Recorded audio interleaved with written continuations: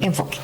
Entender que la protección social tiene que ir con ejes transversales, claro, que no pueden quitarse. El primero es género, y no porque sea mujer, sino porque sabemos por estadísticas y todo que las mujeres son las que se encargan de las que tenemos la tarea de los niños y las niñas en nuestra casa, e incluso de cuidar a las personas adultos mayores. Te mando a ti, ministro, ¿qué está pasando? ¿Por qué no me está resolviendo? Porque yo no soy el que ejecuto, ¿verdad? Entonces, creo que debería haber un ente rector específico con el poder y con todas las cuestiones necesarias como para estar detrás de los proyectos. Es la primera. El nivel de jerarquía está muy marcado en gobierno y es imposible es muy difícil que secretario convoque a ministro y que ministro siga sus órdenes. Pero considero que es calidad de gasto, que no lo estamos teniendo. El tema también de la corrupción, que no podemos dejar de hablar de ello, es un tema que nos ha afectado en el país de uno de los proyectos. El otro es la continuidad, que esto no es político. No podemos nosotros lucrar y hacerlo política con estos programas, no en ese sentido. Entonces, si yo de verdad estuviera dirigiéndome a estos temas, bueno, estos son todos los niños que vinieron, entonces, ¿qué vamos a hacer con ellos? Vamos a visitarlos, algo así como vamos directamente a sus hogares y vamos a darles un seguimiento a sus niños. Pero ¿qué pasa con nosotros que no están viniendo con nosotros? Vamos a buscarlos, ¿verdad? Entonces tenemos datos, estadísticas, pero ¿qué estamos haciendo con estos datos? Maga y Mides hemos visto que incluso duplican las acciones que están haciendo y por ende hay presupuestos que están utilizando para la misma cuestión dentro de las instituciones. De hecho, educación, buena salud, buena alimentación para que el país pueda subsistir. ¿Qué necesitamos? ¿Es por ley? ¿Es por yo lo haría, no? ¿Cómo? En función de la parte política también. Correcto. Que tú has marcado. Lo haría por ley. Claro. Y esta ley genera, por supuesto, políticas, ¿verdad? Que van a ser como la ruta para que me va a llevar a funcionar eso. ¿Pero por qué? Porque tengo que mi última experiencia que tuve en la cuestión legislativa, en ver la cuestión legislativa, el poder que tienen, no saben los diputados. Yo siento que 3 cualidades para un funcionario. Primero, que sea humano, ¿verdad? Porque si soy humano no me voy a robar el dinero que va para hacer proyectos para las personas que están en pobreza extrema. No me voy a robar el dinero que va a salvar la vida de una persona. Y capacidad técnica. La capacidad técnica es muy importante porque si no, por eso es que seguimos y seguiremos con cositas, porque no lideramos, porque lideramos desde el desconocimiento y tenemos un grupo de asesores alrededor de que uno me dice otra cosa y realmente la cabeza es la que debería estar bien preparada. Eso tiene que tener, el país necesita rutas. Información ya hay, pero también hablado y aparte en el tema local sí aceptan, sí hay diálogo, sí se puede hablar, sí se puede accionar. Entonces solo necesitamos, la palabra exacta es voluntad política. Claro. Con voluntad política y capacidad técnica movemos el mundo. Eso es.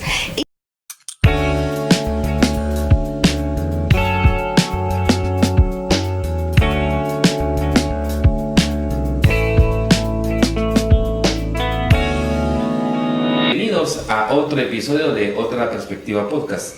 Hoy estamos en esta serie que hemos denominado Desnutrición y Seguridad Alimentaria en Guatemala. Y nuestra invitada del día de hoy es la doctora María Angelina Quistán, quien la hemos invitado para que podamos hacer una conversación sobre ese marco general de la situación social y demográfica que tiene nuestro país. Voy a comentarles que ella es doctora en comunicación social, egresada de la Universidad de San Carlos de Guatemala, es máster en gestión pública y liderazgo por la Escuela de Gobierno y tiene también un máster de comunicación por el desarrollo. Es experta en el diálogo político y legislativo, ha trabajado para la cooperación internacional y de igual forma ha abordado temas críticos como género, trata de personas, sobre el cual además tiene publicado un libro, y sobre el tema de migraciones irregulares en el norte de Centroamérica. Tiene además el desarrollo profesional, habilidades en la coordinación interinstitucional y en la capacitación de equipos multidisciplinarios. Ha contribuido a la creación de políticas que reflejen un enfoque inclusivo y de igual forma un acceso equitativo a los servicios de salud. El día de hoy la hemos invitado para que podamos seguir abonando en la discusión cómo está nuestro país, cómo enfrentamos y qué vías encontramos también para resolver un tema heredado ya por décadas, que es el tema de la desnutrición. Pero para entender la desnutrición, como ya lo vimos en nuestros episodios anteriores sobre cómo se genera la desnutrición, luego cuáles son los efectos que tiene el tema del cambio climático en la accesibilidad de alimentos y cómo también se vive la desnutrición desde el campo a través de la perspectiva desde la comunidad de cómo ven el enfoque que hacen los gobiernos en el tema de nutrición, nos lleva a un proceso que de igual manera marca el panorama del país, que es cómo está el país. Y en ese sentido hay una vinculación del tema de la pobreza, el tema de la desnutrición, el tema de la poca cobertura educativa, sobre todo en los niveles de educación media, el tema de la falta de trabajos formales y de trabajos de calidad hacia jóvenes particularmente, entre otros temas, el tema de la migración, entre otros temas más. Entonces, en ese sentido, te queremos agradecer, y perdón que te pueda tutear, doctora, te quiero agradecer por tu tiempo para poder compartir y abonar en esta discusión. Cabalmente ahorita que entramos en un proceso de reflexión, toda la sociedad guatemalteca, por las fiestas de fin de año, de la Navidad y el Año Nuevo, creo que es justo que podamos conversar contigo sobre estos desafíos que tenemos como país. Así que te agradezco por tu participación y por tu tiempo que nos has dado para poder trabajar en este proceso. Yo quisiera iniciar planteándote, digamos, recientemente la CEPAL estableció un nuevo informe sobre el panorama social de América Latina y tiene varios elementos. Uno es que en general, en toda Latinoamérica se ha reducido la pobreza, inclusive la pobreza extrema, pero el único caso, digamos, paradigmático de Guatemala, que en lugar de reducir la pobreza, más bien se aumenta. Ellos están señalando que hay un 78% de la población que tiene problemas de pobreza multidimensional, que es decir, tiene no solamente carencia de recursos, sino también de servicios. Y el INE en la última encuesta en el 2023 señalaba que era solo el 56%.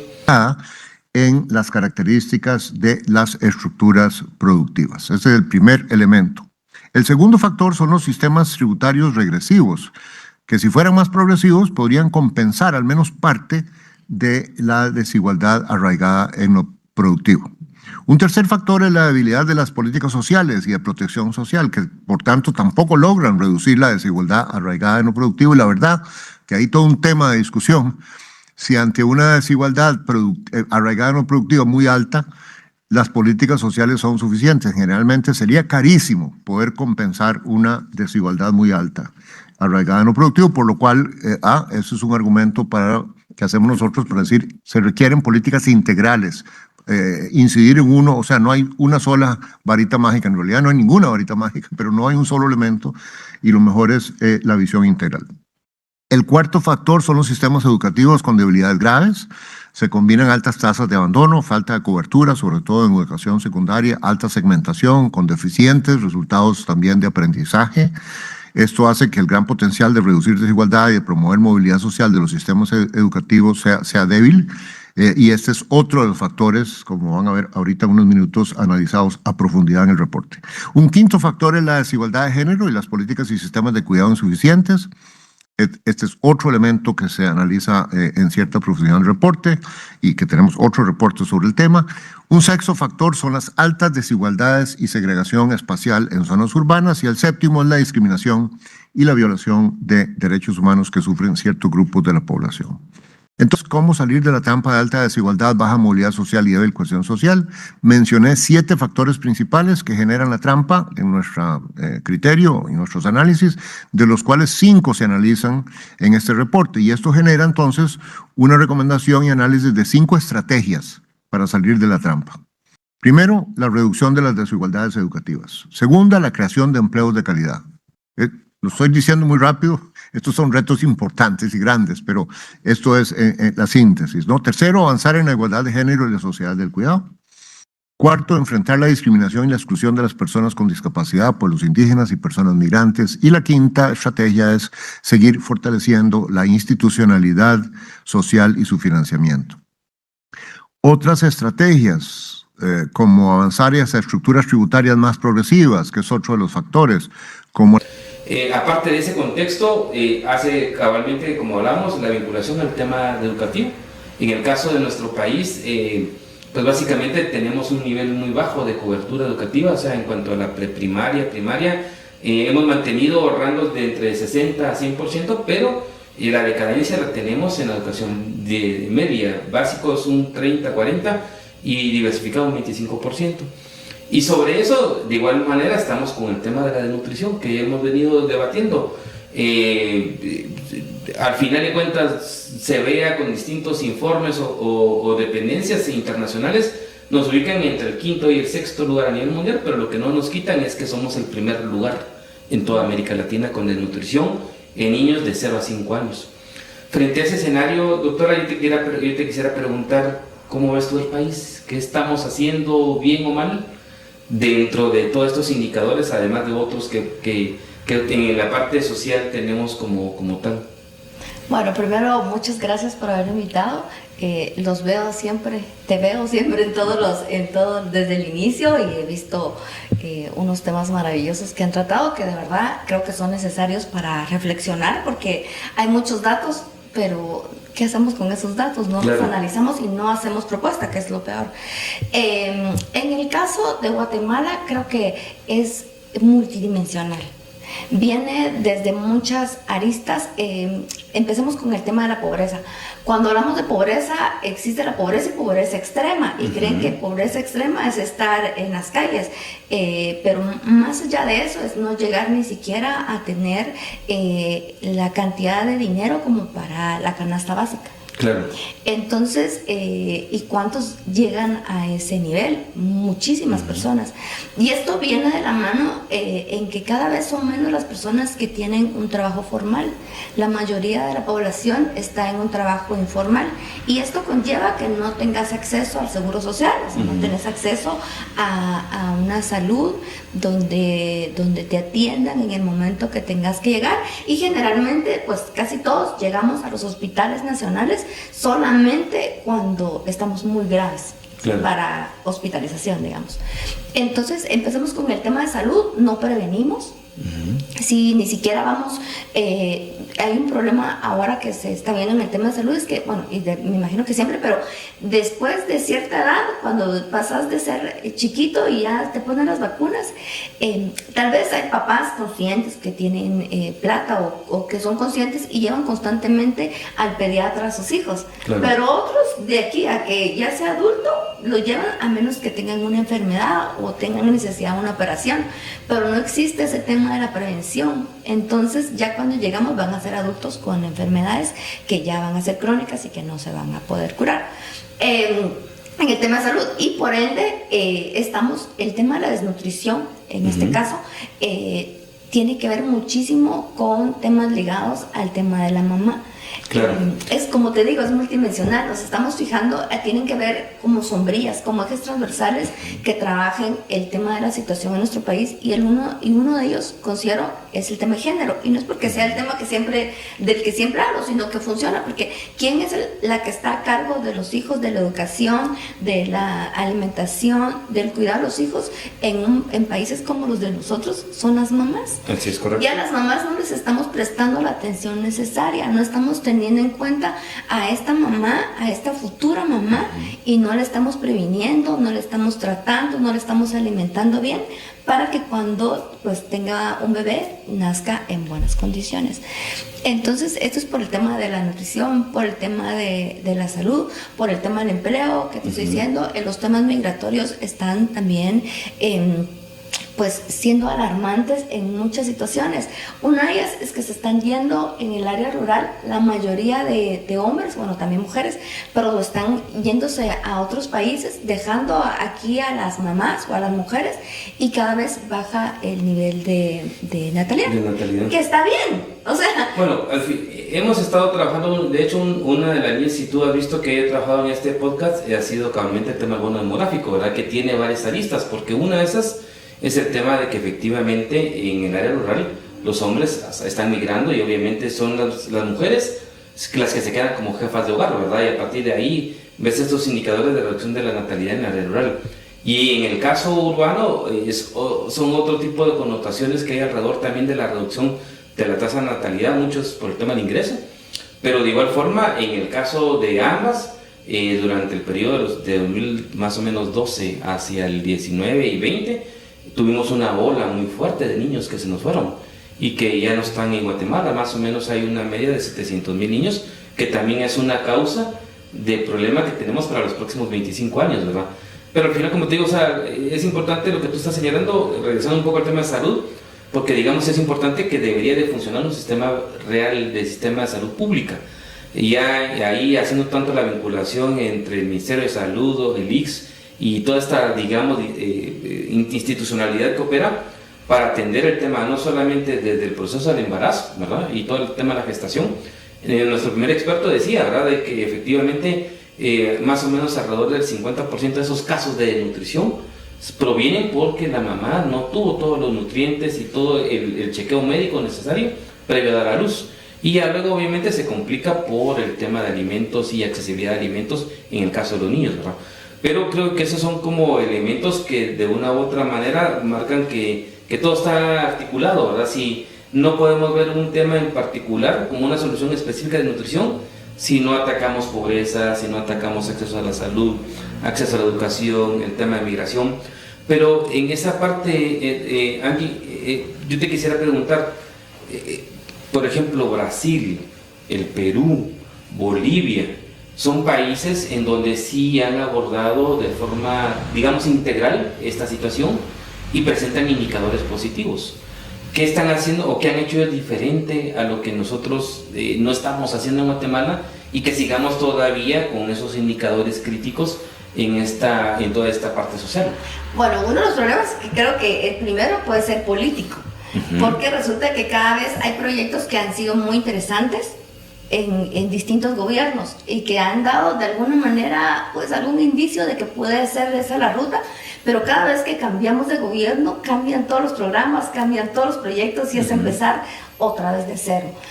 Y como te digo, si nosotros no hacemos algo en el tema de pobreza, la pobreza, como te digo, es multidimensional. Entonces, puede ser que ahorita solo apaguemos fuegos, demos ayuda, demos aquí, pero si no hacemos que estos chiquitos sigan en la escuela, que puedan graduarse, no van a tener un mejor empleo y por ende este círculo nunca se va a acabar, es un círculo de pobreza que nunca se va a acabar. Entonces otros países creo que tal vez lo que han hecho es que sí han seguido con esas rutas, de esas rutas de trabajo, esas rutas de esos planes que se han hecho y sí se cumplen. Y no importa los gobiernos que vengan, sino que se da continuidad, obviamente con distintos enfoques, con distintas cositas, con distintos pincelazos, pero siguen los proyectos durante esa ruta de tiempo. Claro, y yo creo que eso es una de las cuestiones que a nosotros sí nos está afectando, el tema de la temporalidad.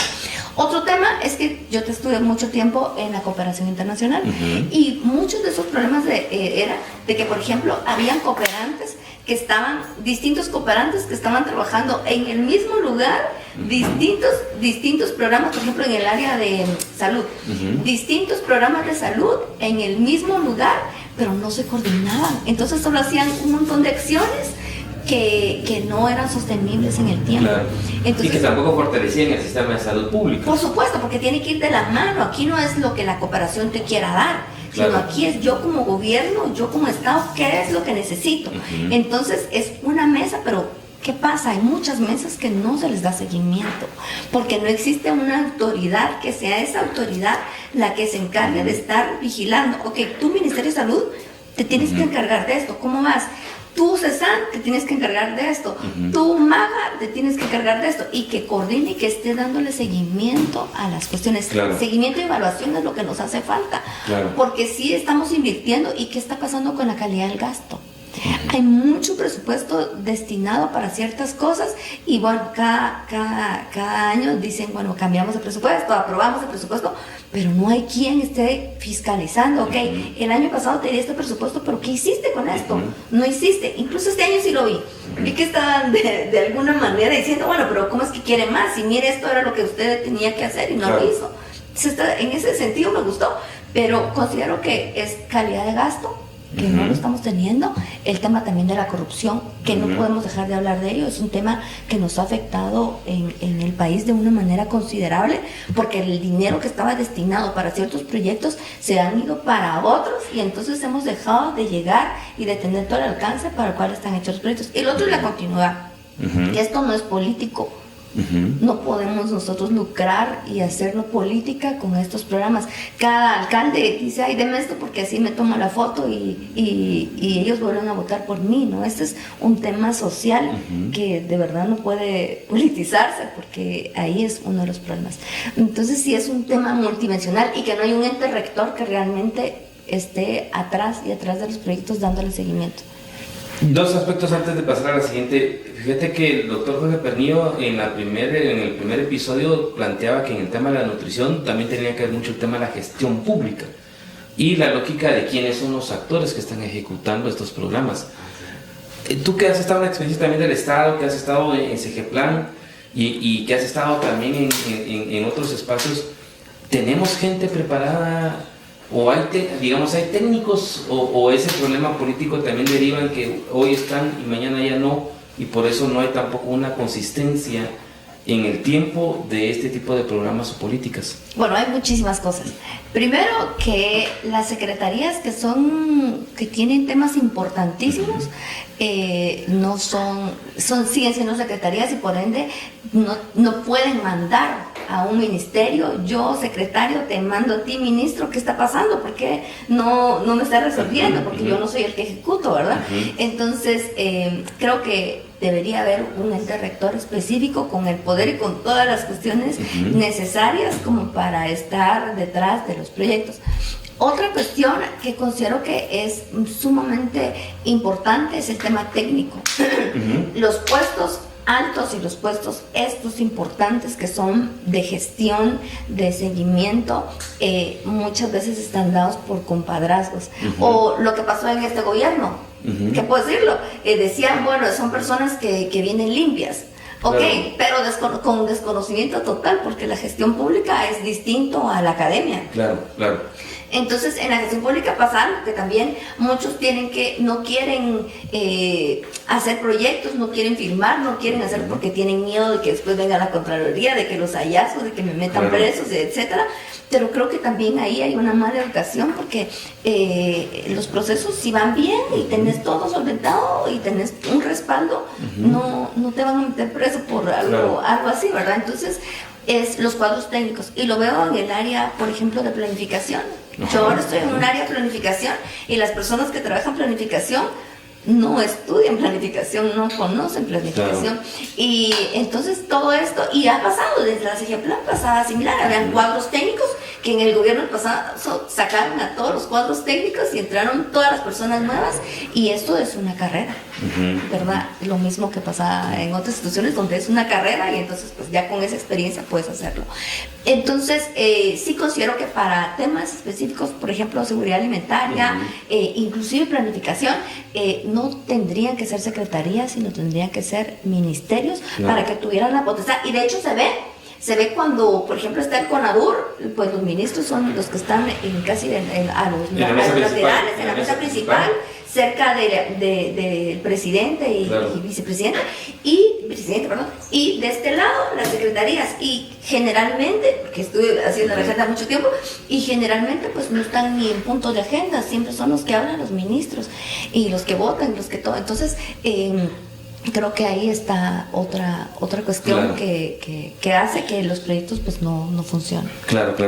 Bueno, y mantener siempre, antes de entrar directamente a hablar un poquito del tema de la desnutrición, yo no quisiera perder la oportunidad en función a tu experiencia. Tú decías, no hay políticas en el tiempo. Por ejemplo, en el caso de Guatemala, bueno, tenemos el problema de la desnutrición. Según la televisión alemana dice que necesitamos 30 años para reducir el tema de la desnutrición, pero frente a ese escenario estamos ya con un proceso de envejecimiento del país. En 25 años, los que estamos ahorita seremos ya personas de la tercera edad y seremos el triple de la población. Pero por el otro lado tenemos procesos de cobertura educativa, ¿verdad? En cuanto a que no tenemos el 100%, ¿qué deberíamos de hacer para generar realmente acuerdos que trasciendan gobiernos y que marques, por ejemplo, una meta de 10, 15 años para poder tener resultados efectivos en el tema de pobreza, desnutrición?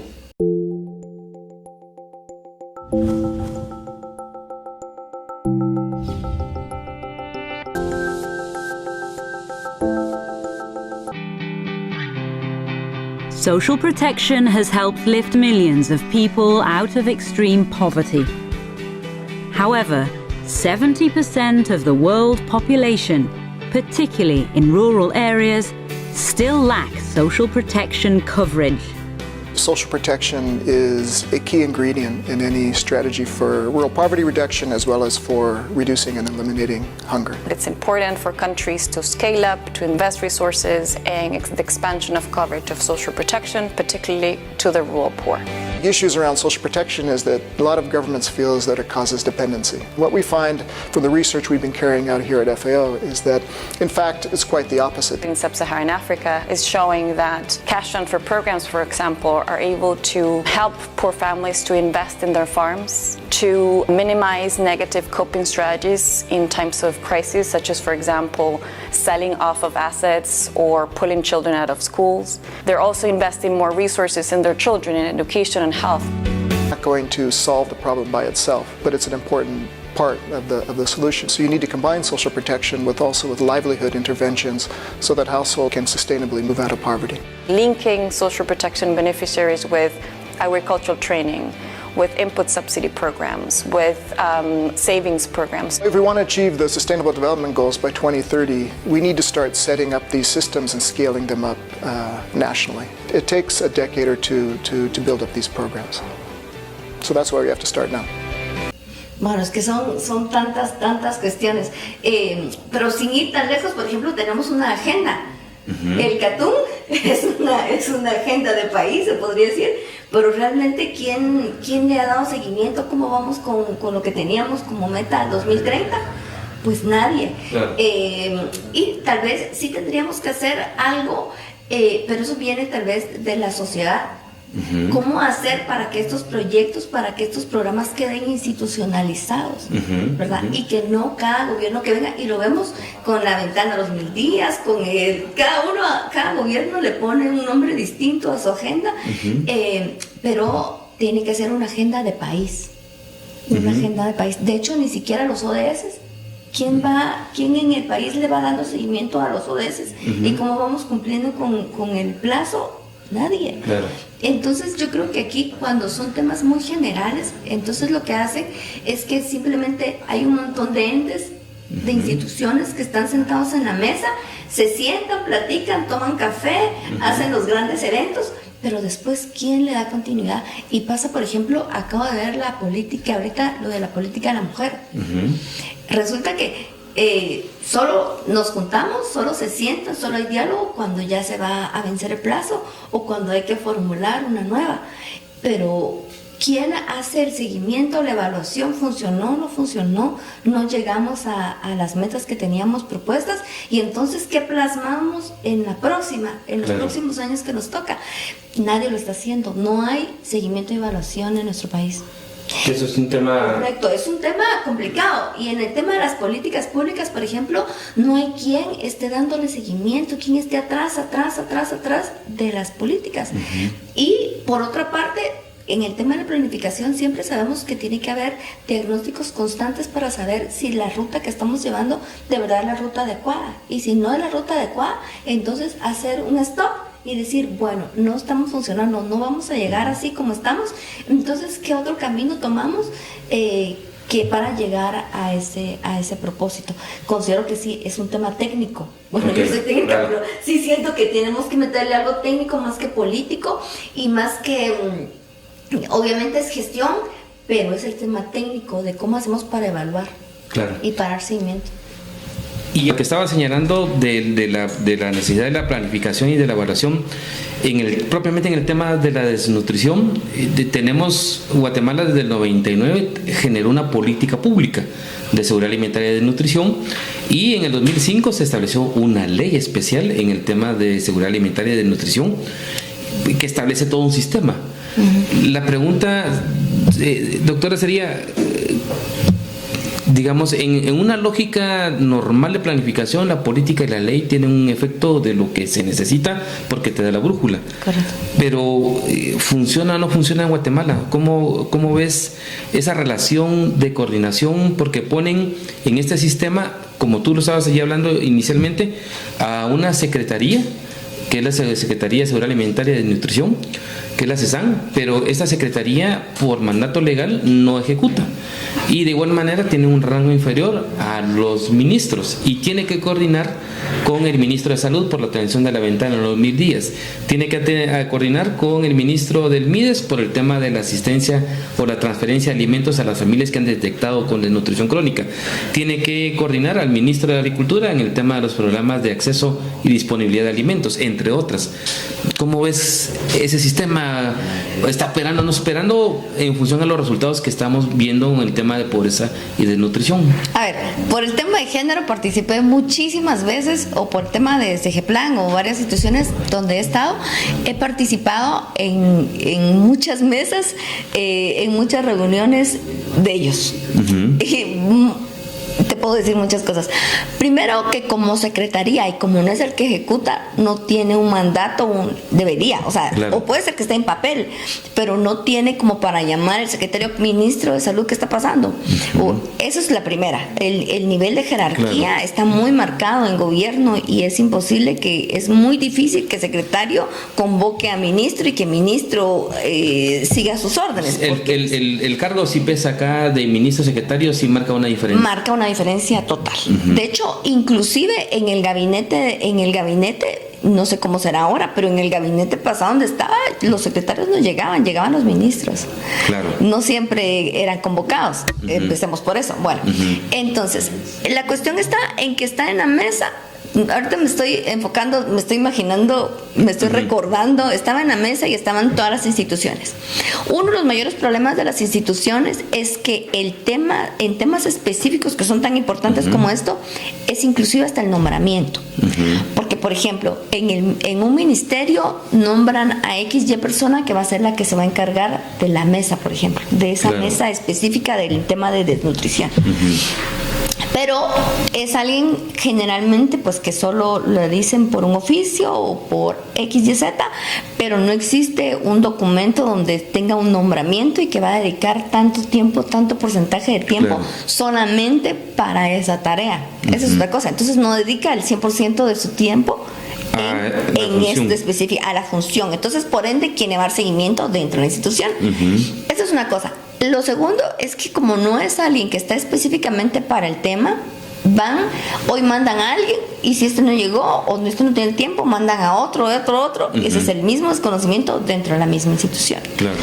Y por otro lado, es como te mencionaba, temas como esto es un tema multidimensional. Es, por ejemplo, salud tiene que ver su parte en donde ¿qué pasa? ¿Qué acciones estamos tomando de acuerdo a cuando le toman el peso y la talla a los chiquitos? Y nos estamos dando cuenta que están bajos, que están por debajo de lo normal. Claro. ¿Qué acciones estamos tomando en ese sentido? Entonces, si yo de verdad estuviera dirigiéndome a estos temas, bueno, estos son todos los niños que vinieron, entonces, ¿qué vamos a hacer con ellos? Vamos a visitarlos, algo así como vamos directamente a sus hogares y vamos a darles un seguimiento a sus niños. Pero ¿qué pasa con los otros que no están viniendo con nosotros? Vamos a buscarlos, ¿verdad? Entonces tenemos datos, estadísticas, pero ¿qué estamos haciendo con estos datos? Sí. Ese es el primero. Entonces, en el tema, por ejemplo, del MAGA también, y MAGA y MIDES, hemos visto que incluso duplican las acciones que están haciendo y por ende hay presupuesto que están utilizando para la misma cuestión dentro de las instituciones. De hecho, han habido hasta casos al respecto, porque, bueno, entonces, ¿quién es el que sí debería comprar y quién es el que no debería hacerlo, etcétera? Entonces, o el enfoque también, ¿verdad? El enfoque, porque efectivamente, por ejemplo, salud identifica a las familias con desnutrición crónica y aguda. Obviamente, en algunas requiere atención de emergencia inmediata. En este caso debería ser, digamos, un ministerio que debería ser el MIDES, mientras que el MAGA debería estar viendo a mediano y largo plazo cómo le garantiza el acceso a alimentos a esas familias desnutridas, ¿verdad? Pero como tú decís, a veces los dos ministerios intervienen en el mismo momento y eso hace que tampoco haya una integralidad en la atención de las familias. Sí, regreso a lo mismo, necesitamos capacidad técnica, porque eso es de estrategia. Yo estuve en la China, te puedo hacer un pequeño ejemplo, y ahí van, por ejemplo, no querían que migraran del área rural al área urbana, entonces ¿qué hicieron? Se fue el gobierno central al área rural, identificó cuáles eran los mayores problemas, las mayores carencias, los desafíos, y ahí mismo fueron a colocar empresas, instituciones para generar empleo, fueron a colocar escuelas para capacitar, y porque no creamos que la educación, toda la educación tiene que ser formal, puede ser cuestiones técnicas, ¿verdad?, que pueden ayudarlos a salir de ese círculo a la pobreza.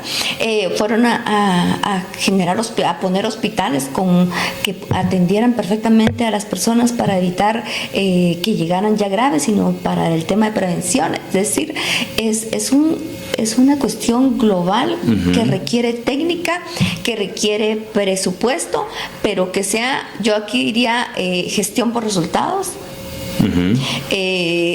Aquí entra ese tipo de cuestiones, porque no podemos solo ir tirando cada año lo que se nos ocurra, sino es de acuerdo a cómo vimos, cómo fue la línea del tiempo y los casos que tuvimos y cómo está la población, para ir tomando acciones cada año. Y en esta lógica, siempre marcando este proceso institucional dentro del sistema, establece también desde la base, que es un poquito la lógica de los consejos de desarrollo, que tú también tienes conocimiento en esto, que están los famosos cocosanes, que están en las comunidades, ¿verdad?, los consejos comunitarios de seguridad alimentaria y de nutrición. Pero de igual manera siguen en la misma escala, ¿verdad?, del comunitario al municipal, del municipal al departamental y hasta que llegan al Consejo Nacional de Seguridad Alimentaria.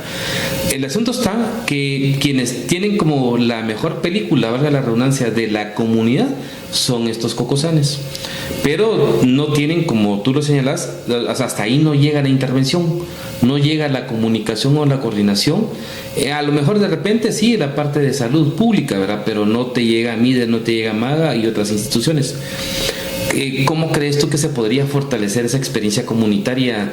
Por ejemplo, una de las últimas medidas que relativamente ha funcionado en el tema del hambre, hoy el gobierno y el gobierno anterior identifican la alimentación escolar, pero en el caso de la alimentación escolar se le dio una naturaleza de reconocimiento a las OPF y tienen una asignación directa por parte del Estado. ¿Tú creerías o cómo mirarías que, por ejemplo, se le fortaleciera a esta lógica comunitaria en el tema de la desnutrición para resolver inmediatamente y no esperar 30 años para que resolvamos el tema de la desnutrición? Descentralización. Yo creo que esa es una parte de descentralización, porque todo está centralizado en el gobierno central, en el ejecutivo, y no nos estamos yendo para local. Y un ejemplo perfecto de que sí funcionan acciones estas es, por ejemplo, el COVID.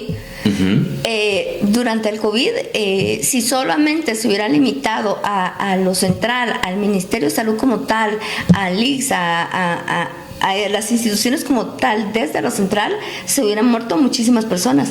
Pero ¿qué pasó aquí? Entraron las municipalidades a hacer todo su trabajo para el tema de las vacunas, entraron y estos vinieron, y las municipalidades se reunieron con los consejos de desarrollo, con los comudes, con los CODES, etcétera, para ver qué hacían, porque todos tenían miedo de que se podían morir. Entonces todos trabajaron articuladamente, pero funcionó desde el local. Entonces aquí el tema es descentralizar, porque la mayoría de los trabajos aquí, de los proyectos, se hacen desde escritorio. Claro. Y te voy a dar un ejemplo chiquitito en el tema de la desnutrición. Llegan, por ejemplo, dicen, bueno, vamos a llegar nutricionistas para que hagan campañas, para enseñarles a las mamás, a las abuelitas, porque son las que cocinan, cómo debe ser la alimentación.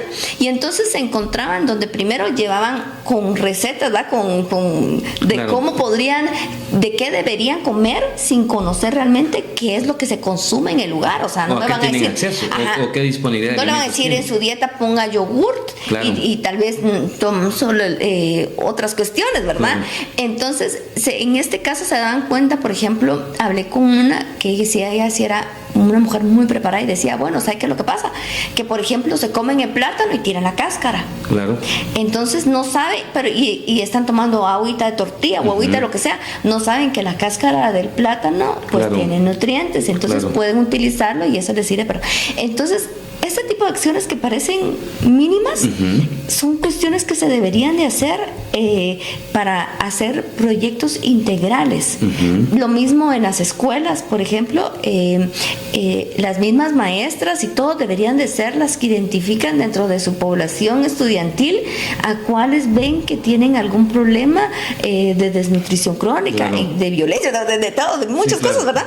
Y ser ellas las que se junten con comités locales y decir, bueno, mire, yo veo aquí, identifico tal, y entonces se fueran los técnicos y verán, bueno, ¿qué está pasando en esta parte? Aquí está este tipo, por eso, ¿cómo podemos llegar? ¿Cómo podemos solucionar? ¿Y qué rol deberían de jugar los alcaldes? Porque también aquí, más allá también de la relación que traíamos de secretarías y ministerios, aquí también tiene que ver mucho la intervención del poder local. ¿Cuál sería la dinámica que debería tener un alcalde para atender esta problemática de la desnutrición? En el mundo ideal sería porque el alcalde es el que tiene el contacto con los líderes y lideresas locales. Entonces, en el mundo ideal tendrían que ser ellos los que se organicen para hacer campañas que realmente funcionen y que lleguen, y proyectos que lleguen realmente a la población. Porque, por ejemplo, acabo de hablar con alguien en el tema de salud y yo le decía, y ya fue a hablar con el alcalde, no, es que él no me ha dado audiencia. No es posible, ¿verdad? Entonces, eso tiene que venir desde la máxima autoridad local, que en este caso es el alcalde, que junte a todos los actores y que impulse proyectos específicos para su comunidad, porque ¿quién va a saber mejor que ellos? Pero aquí le encuentro un problema, lo político. El tema político es lo que viene a arruinar cualquier proyecto, porque entonces va a venir y decir, bueno, yo sí quiero, me junto solo con los que me cae bien, con los que no me cae bien, o vengo y les voy a proponer, les voy a ofrecer que hagamos tales cosas porque esto me va a servir para mi campaña. Bueno, y de hecho estaría bien si de verdad continuaran y funcionara. Sí. De hecho, en el primer episodio, vuelvo otra vez con el experto Jorge Pernillo, comentaba que en el caso de este municipio de Atitán, ahorita se me fue el nombre, si es San Juan o San Pedro Atitán, en Huehuetenango, que fue el referente en el tema de nutrición, hoy, más o menos ya pasa 8 años, es un departamento donde ya no es el referente de nutrición. Pero él decía, aquí hubo y decía, de hecho, hay que ir a ver qué pasó ahí. Pero marcaba mucho que hubo un alcalde, y el alcalde sí tuvo ese liderazgo político, ¿verdad? No de favoritismos políticos, sino de lograr beneficiar a toda la población para que su municipio saliera de ese primer lugar que tenía de nutrición infantil. Pero es un poco la lógica, ¿verdad? Que creo que también depende un poco de la visión de quién esté dirigiendo el municipio. Claro, si yo fuera alcaldesa, haría mi mejor trabajo para que mi mejor trabajo hiciera que ¿cómo se llama? Que volvieran a votar por mí. Y de hecho aquí hay cuestiones bien interesantes, porque, por ejemplo, la CGPLAN hace un ranking municipal. Claro. Pero no tengo ahorita a la mano ese dato, si tienen alguna cuestión con el tema de nutrición, que sería interesante, pero no para premiar como generalmente se hace ranking, ¿verdad? Que venimos y premiamos al que está bien y siempre sabemos que son los mismos. Claro. Y sean premiados y con fotos y etcétera, etcétera, pero no hacen nada con los que están hasta abajo de la colita. ¿Qué están haciendo con los municipios que están quedando hasta abajo? No están tomando acciones con ellos. O que debería ser la prioridad a aquellos municipios, y si las municipalidades no mejoran en ese ranking, pero que están vinculados con mayores índices de nutrición. Exacto. Porque ahí debería servir ese mecanismo de coordinación. Que tenemos datos, estadísticas, hay muchísimas, pero no estamos haciendo absolutamente nada con esos datos, con esas cifras, no estamos generando análisis. Y más allá del análisis, porque no queremos más papers ahí por todos lados, acciones. Entonces yo creo que uno de los mayores problemas, e insisto, es la capacidad técnica. Tener yo secretaria de nutrición, yo ministro de salud, yo ministro en MIDES, tener a la par expertos, y expertos no expertos en papel, sino expertos de que conozcan cuáles son todas las ramificaciones que tenemos en el país. Otra vez. Sí, ya vamos vamos a avanzar rápido. En todo este proceso, que has marcado en otros países, la integralidad ha operado a través de los programas de protección social, de todo un sistema de protección social. ¿Qué necesitamos en Guatemala? Aunque ya creo yo que tu respuesta va a ser un poco, ya tú has dado algunos datos, pero ¿qué necesitamos en Guatemala para construir un verdadero sistema de protección social? Bueno, primero, enfoque. Enfoque. Entender que la protección social tiene que ir con ejes transversales, claro, que no pueden quitarse. El primero es género, y no porque sea mujer, sino porque sabemos por estadísticas y todo que las mujeres son las que se encargan de, las que tenemos la tarea de los niños y las niñas en nuestra casa, e incluso de cuidar a las personas adultos mayores. Entonces, ¿en dónde tendría que enfocarme? En apoyar a la mujer. Claro. Apoyemos a la mujer, apoyemos, y parezco campaña, pero no, apoyemos a la mujer para que pueda tener acceso a educación, acceso a un mejor empleo, acceso al seguro social, acceso a guarderías, para que pueda trabajar y dejar a sus chiquitos en un lugar seguro. Y si es entre más alta la escolaridad de la mujer, más va a tener una noción de cómo alimentar, de cómo hacer para sus niños. En esa ruta del enfoque, el otro elemento es, tú dices al inicio, no hay políticas de largo plazo. Por ejemplo, para definir metas y acciones concretas de integralidad en el combate a la desnutrición, en la reducción de la pobreza, en lograr la cobertura educativa de niños y niñas, ¿es a través de que hagamos una ley? ¿O cómo garantizamos que eso, digamos, ya teniendo ese enfoque, eso va a durar por lo menos 2-3 gobiernos? Yo he marcado que en el tema del bono demográfico necesitamos solo una generación, solo 12 años, que a una generación le demos todo, buena educación, buena salud, buena alimentación para que el país pueda subsistir. La desigualdad educativa es una estrategia efectiva para la reducción de la desigualdad y el aumento de la movilidad social. Hay una fuerte asociación entre la educación de las hijas e hijos y el nivel educativo alcanzado por su progenitor en secundaria y en terciaria, lo que se llaman desigualdades heredadas. Podemos ver ahí en el gráfico, en la línea verde, por ejemplo, que el 89% de las personas jóvenes con al menos un progenitor que completó la educación secundaria finaliza ese nivel. Proporción que cae de 89 a 50% cuando los progenitores no completaron la primaria.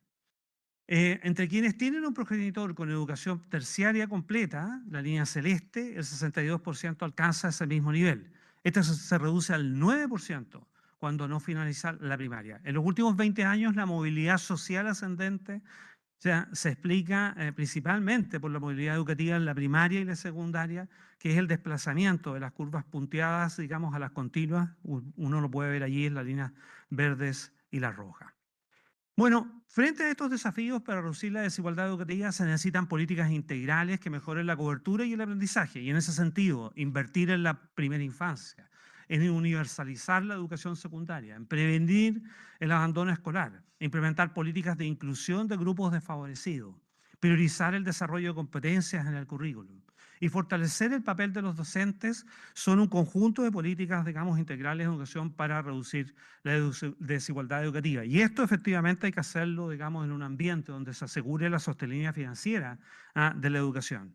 Y es así como en esta edición del Panorama Social 2025 planteamos que invertir más y mejor en educación no debe entenderse como una consecuencia del desarrollo, sino como una condición indispensable para reducir la desigualdad y alcanzar el desarrollo social inclusivo que sitúa a las personas y sus derechos en el centro y promueve una vida libre de pobreza, hambre y desigualdades. Realizamos estimaciones de los efectos de las transferencias monetarias en la reducción de la pobreza y la disminución de la desigualdad. Y las transferencias públicas tienden a ser altamente redistributivas, particularmente las que tienen como objetivo reducir la pobreza. En 2023, los programas de protección social no contributiva presentaron un efecto importante en la reducción de la pobreza, 3,4 puntos porcentuales, y cuando analizamos el grupo de las personas de 65 años y más, su pobreza disminuyó en 7,8 puntos porcentuales. La magnitud de las transferencias públicas es pequeña con respecto al ingreso total de los hogares. Estas representan solo el 2,3% del ingreso de los hogares en el 2023, por lo que el efecto en la concentración de los ingresos es reducido. Así, no obstante, digamos, hay una reducción en el coeficiente de Gini, que fue del 0,017% en el 2023. Secretario Ejecutivo, le devuelvo la palabra para las conclusiones y mensajes finales del... ¿Qué necesitamos? ¿Es por ley? ¿Es por o, Yo lo haría, no? ¿Cómo? En función a la parte política también correcto, que tú has marcado. Lo haría por ley.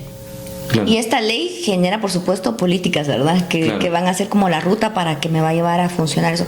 ¿Pero por qué? Porque te digo que mi última experiencia que tuve en la cuestión legislativa, en ver la cuestión legislativa, el poder que tienen, no saben los diputados el poder que tienen, pero no lo utilizan para bien.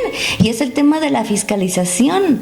Porque entonces ellos sí podrían obligar a que si algo está en ley, ir viendo, pero de la mano de políticas, de la mano de estrategias, de planes, de la planificación, donde podamos ir viendo constantemente cada cierto tiempo. O sea, vamos a dar presupuesto para esto, específicamente. Y esto va a tener 2 años de temporalidad, 5 años. Y cada año va a tener cierto presupuesto. Pero cada 6 meses por ley, usted me viene a informar a mí, como el informe de gobierno, solo que la nutrición, que es un tema que es súper importante, que no le estamos dando la atención necesaria. Cada 6, cada 3 meses viene usted aquí y frente a todos me explica cómo va esto. Pero le voy a obligar, le voy a exigir a que me dé resultados, pero también le voy a dar la autoridad para que usted, dentro del Ejecutivo, pueda juntar a todos y exigirles que cumplan con este mandato. Y a nivel social, ¿qué sectores son los que deberían de acompañar y tutelar que efectivamente ese enfoque, esas facultades que se le dan a esas entidades a través de ley o esa ruta que se les da a través de presupuesto, de indicadores, acompañen a que efectivamente eso se logre? Bueno, yo tengo, las organizaciones sociales son para mí una de las cuestiones más fuertes que hay. Sin embargo, se ha politizado. ¿Cuántas organizaciones vemos que van a recibir ONGs que van a recibir presupuesto, y esto viene de la mano de mucha gente que tiene poder atrás? Pero creo que es necesario, primero que todo, realizar una gran campaña en el tema de la desnutrición. Que entiendan que los desnutridos, las personas desnutridas, los niños desnutridos no son aquellos que están pequeñitos, no, que a veces hay distintos tipos, distintas dimensiones, y en qué afecta.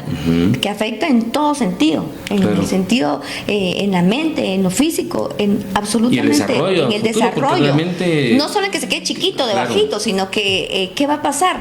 Esa es una cuestión. La otra es hacer conciencia que las autoridades locales necesitan involucrarse, o necesitan que se les involucre en estos temas, porque son los que conocen los lugares. Entonces tú vas y vas a una MUNI, hay un centro de gobierno en un departamento que no me acuerdo ahorita, donde ahí para mí es el mejor ejemplo, donde ahí está la MUNI, pero que ahí están las otras dependencias del Estado dentro de la misma infraestructura, dentro de la misma instalación.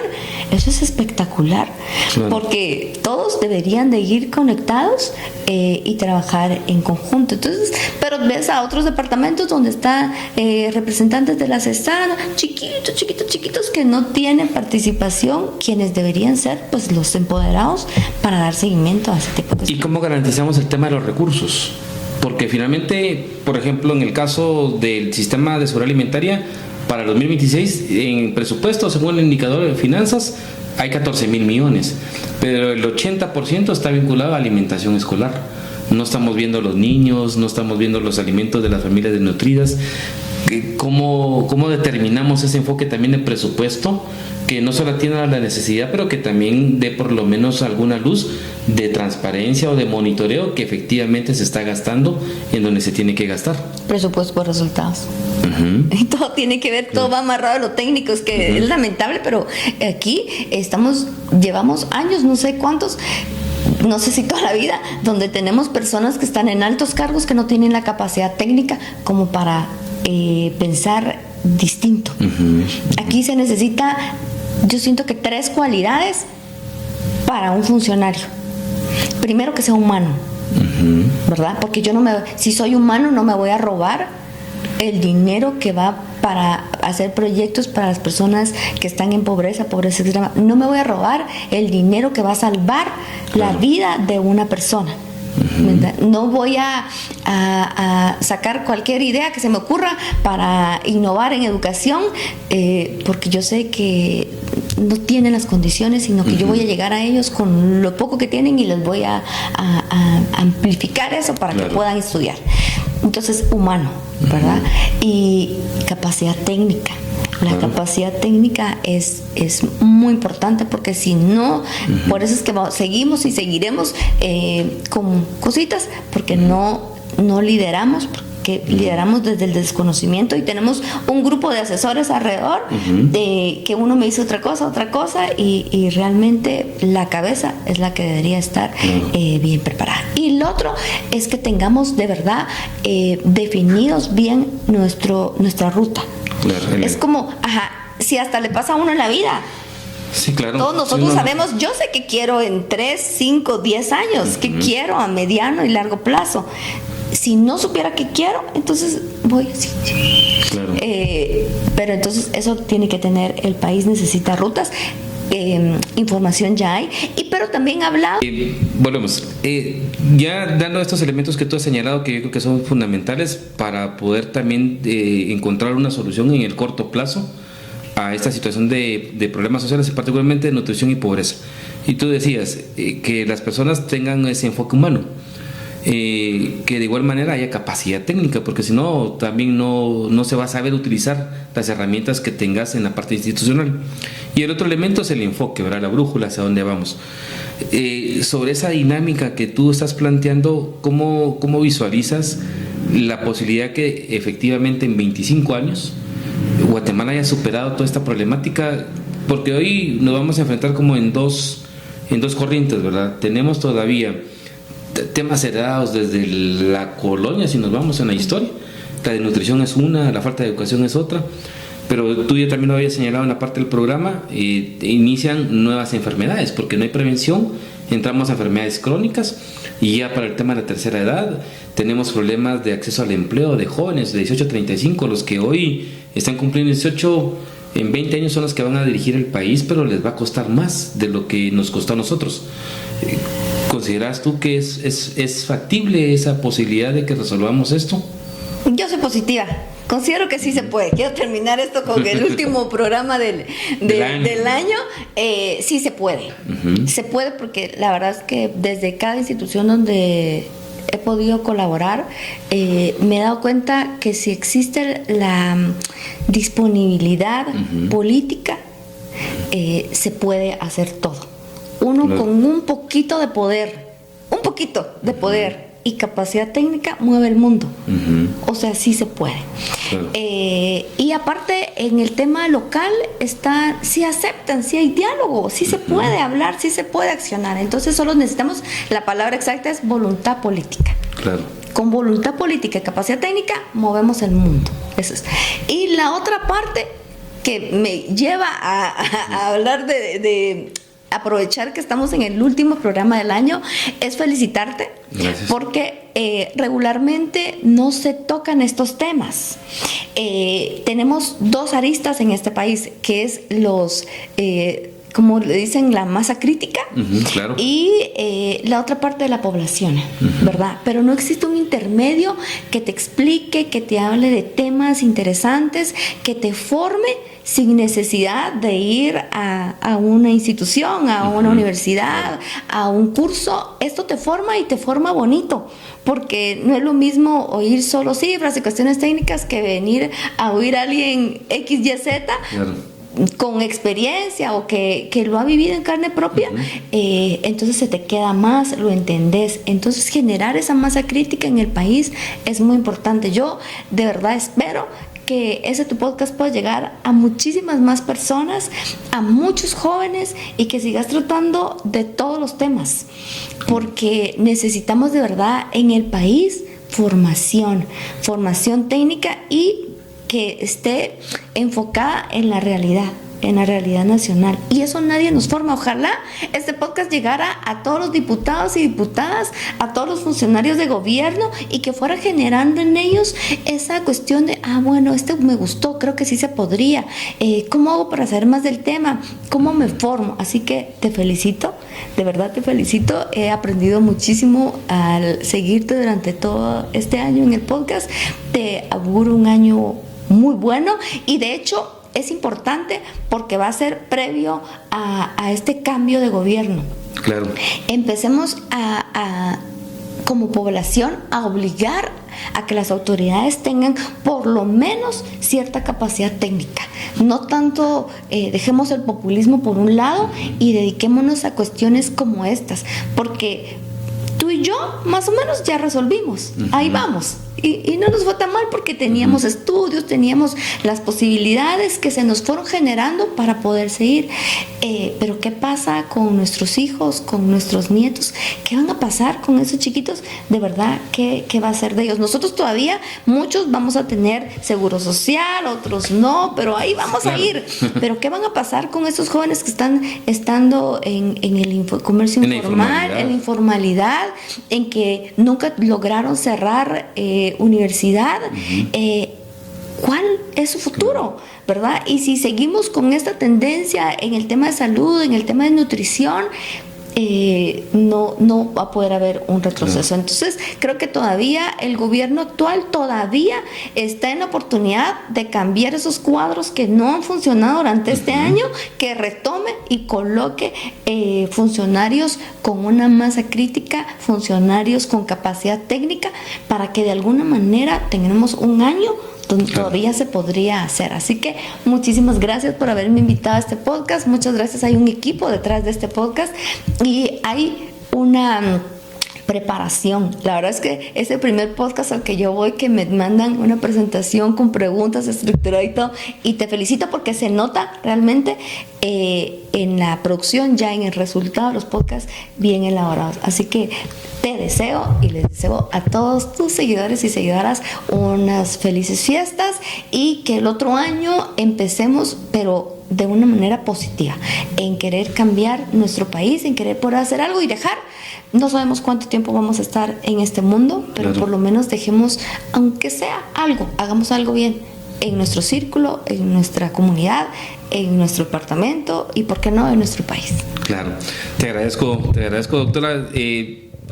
Bueno, al final, como tú lo has señalado, este ejercicio de este podcast ha estado encaminado precisamente a generar información y datos, y no a tergiversar, porque al final de cuentas podrás tener una posición, pero lo importante es transmitirle datos a la población para que tenga mejores análisis. Y de igual manera, por lo que hemos ido desarrollando en este año en las diferentes series, hemos encontrado, como tú le dices, datos hay, gente preparada hay también funcionarios de una u otra manera que tienen algún interés, hay tal vez otros no, pero finalmente sí hay un porcentaje que tiene algún compromiso, y yo creo que eso es lo fundamental, ¿verdad? Tratar de ver cómo se conjuntan todos estos esfuerzos para que finalmente podamos darle un rumbo al país. Y aunque efectivamente a veces en la data se ve un escenario complejo al futuro, yo creo que lo importante, y tú lo has dicho, es no perder el positivismo de que sí se pueden hacer las cosas, ¿verdad? Lo que sí es importante es que ya no tenemos mucho tiempo. O sea, tenemos un proceso de 25 años en donde si el país no hace cambios fundamentales, no hace acuerdos de largo alcance, no determina presupuesto para las necesidades urgentes que tenemos, el país iba a tener un problema bastante complejo en una lógica de prospectiva que ya también hemos ido desarrollando en este podcast. Entonces, te agradezco a ti también, porque personas como tú, con conocimiento, con información y que también están aportando al país, es importante que las escuchen y que conozcamos también esa experiencia que se ha tenido, esa experiencia que le has aportado al Estado de la Administración Pública. Y de igual manera, en este espacio de reflexión ya de fin de año, de la Navidad y el Año Nuevo, creo que es importante que retomemos esas energías, que retomemos esa ruta hacia lo que viene el 2026, que es un año bastante relevante para el país, porque como tú lo señalabas, viene una renovación en la parte política de todos los sistemas de las entidades de control, de constitucionalidad, Tribunal Supremo Electoral, un Tribunal Supremo Electoral que va a conducir las próximas 2 elecciones, 2027 y 2031, una Corte de Constitucionalidad, una Contraloría General de Cuentas, una Fiscalía General. Entonces, tenemos desafíos, algunos van a ser más encaminados a profesionales como los abogados, pero también la población tiene que ver y también la población tiene que opinar. Así que te agradezco por tus palabras, por tus deseos, y de igual manera a todos los que nos están escuchando, desearles que tengan unas felices fiestas, que puedan compartir con su familia, que puedan disfrutar, que puedan abrazar, y a todo el equipo de igual manera que está detrás de las cámaras, que como lo decía la doctora Angie, están detrás apoyando en el proceso de que este episodio y que toda esta temporada de podcast salga. También agradecerle por ese apoyo y por ese acompañamiento irrestricto, y desearles que estén pendientes de un siguiente episodio de Otra Perspectiva Podcast.